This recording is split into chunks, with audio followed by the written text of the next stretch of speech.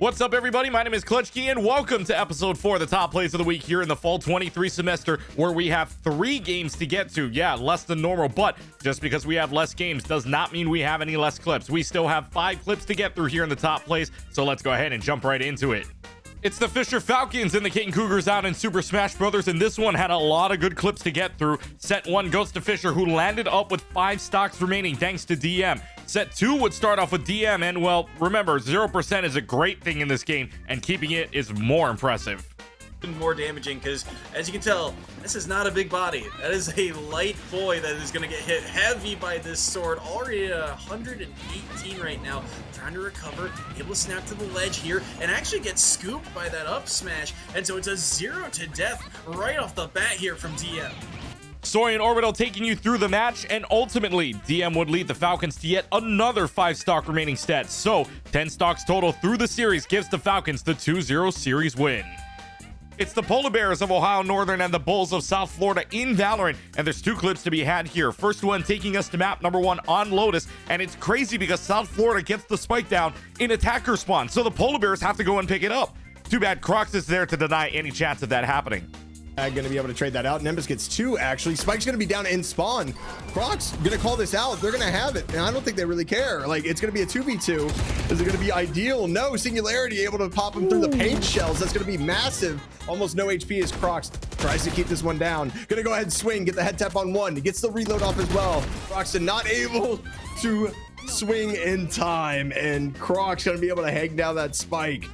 Crocs swinging and peeking back and forth. That led up to map point and eventually leads up to Lotus being taken by the Bulls. Now map number 2 on Ascent, and this time it's Ohio Northern trying to defuse the spike in an 8-5 map score. Crocs from USF got the first clip, so that guy from Ohio Northern said, let's even things up for both sides, shall we?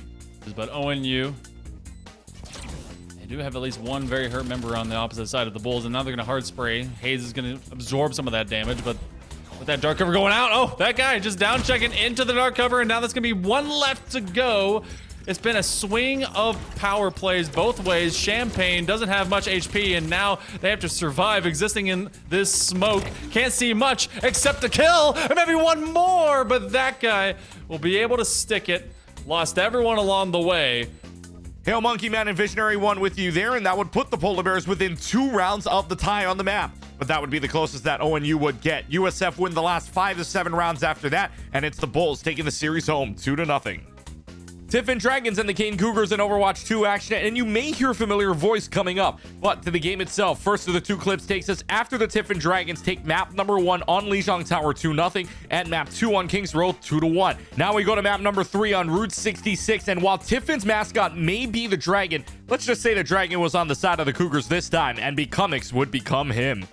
Ults are involved, they will make some changes of their own. The Echo Mercy is back. Cream is over on the Rhine to try and at least counter out Leo a tiny bit. So now it even puts even more pressure on Stan to get the value that's needed. So here comes the Dragon Blade. The Nano Blade comes out, swing, dash, hack away, gets 3, looking for another in the air. Becomix finds 4, and the Dragons are silent. Yeah, Dragon silenced by Dragon Blade. You don't hear that all too often. That would lead up to Kane completing Route 66, but that's followed by Tiffin finishing as well. So we head to round 2 of attacks. Now, Genji is half of the Nano Blade, and the other is the Ana. And Ana gets a clip here because if you know this game, this clip is going to be pretty exciting. So it might give him a little bit more advantage to the attackers, but anyways, we're going to dive right in, and Becomix falling oh so low. Becomix has got to stay alive. There's a good sleep dart onto the Genji. The Bionade lands on Beans, though, and doesn't really land on anybody else, so a quick first exchange of sleep darts here lands up resulting in Kane having to back up. Good sleep dart on the Tracer. Oh my God. Oh my! Waffle Iron says hello to Fallen, and Fallen does go down. Oh, by the way, if you haven't figured it out yet, that's me on the call alongside Twin Salty. Huge sleep dart and huge plays from Kane keep them in the series as they win Route 66 4-3. But just because you had big plays doesn't mean you get the big win. The Dragons of Tiffin were mightier in this series as they get map 4 in Colosseo and get the overall series win 3-1. And that's a wrap for episode 4 of the Fall 23 ECAC Top Plays of the Week here in the semester, but there's still plenty of action to check out. Don't forget, check out all of the social media, plus check out all the streams that are happening almost every single weekday to see if somebody can get a clip that lands up right here on a future episode of the Top Plays of the Week. Thanks for watching, everybody. My name is Clutchkey, and until next time, take care, everybody.